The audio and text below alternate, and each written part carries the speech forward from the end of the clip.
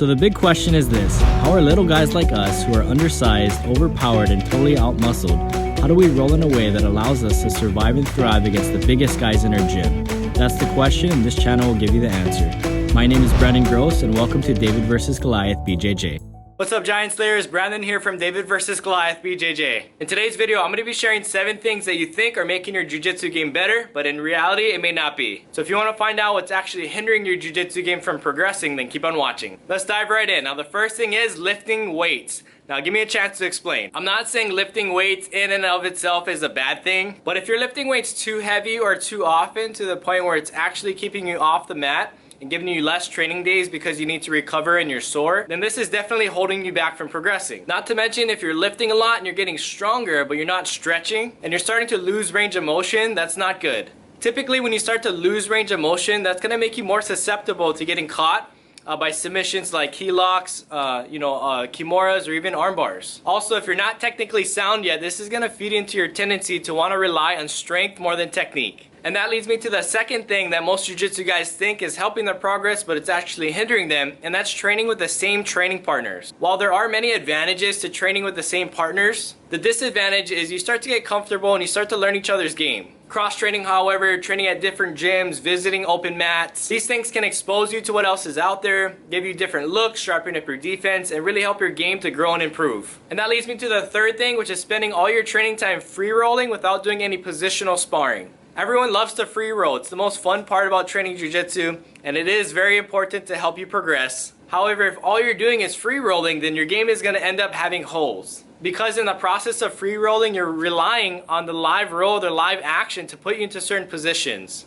As opposed to positional sparring or positional rolling, for example, when you start in somebody's triangle and you work on your triangle defense. Or maybe you start in top reverse deli Eva and you're working on a specific pass. If all your training time is being spent by free rolling and you're not doing positional sparring or working on certain positions, in my opinion, this is slowing down your progress. And that leads me to the fourth thing, which is watching random videos on YouTube, instead of taking that time to do a deep dive and study one position at a time. For example, you're randomly searching through YouTube and you're watching techniques on spider guard or deep half guard or butterfly guard, and you're trying to learn all these things at the same time. Or you're trying to learn or implement the latest flash technique instead of doing a deep dive, for example, and studying, deep half guard 6 months at a time.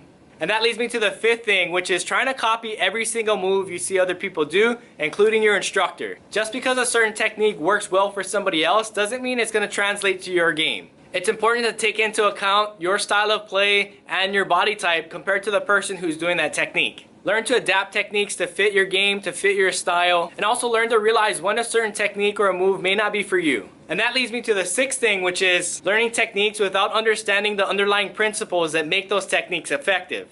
It's always important to understand the principles, the leverage, the timing, spacing or speed or balance. And so again, it's always important to understand principles and not just techniques. And that leads me to the seventh thing, which is drilling. We've all heard practice makes perfect, right? Wrong. Perfect practice makes perfect.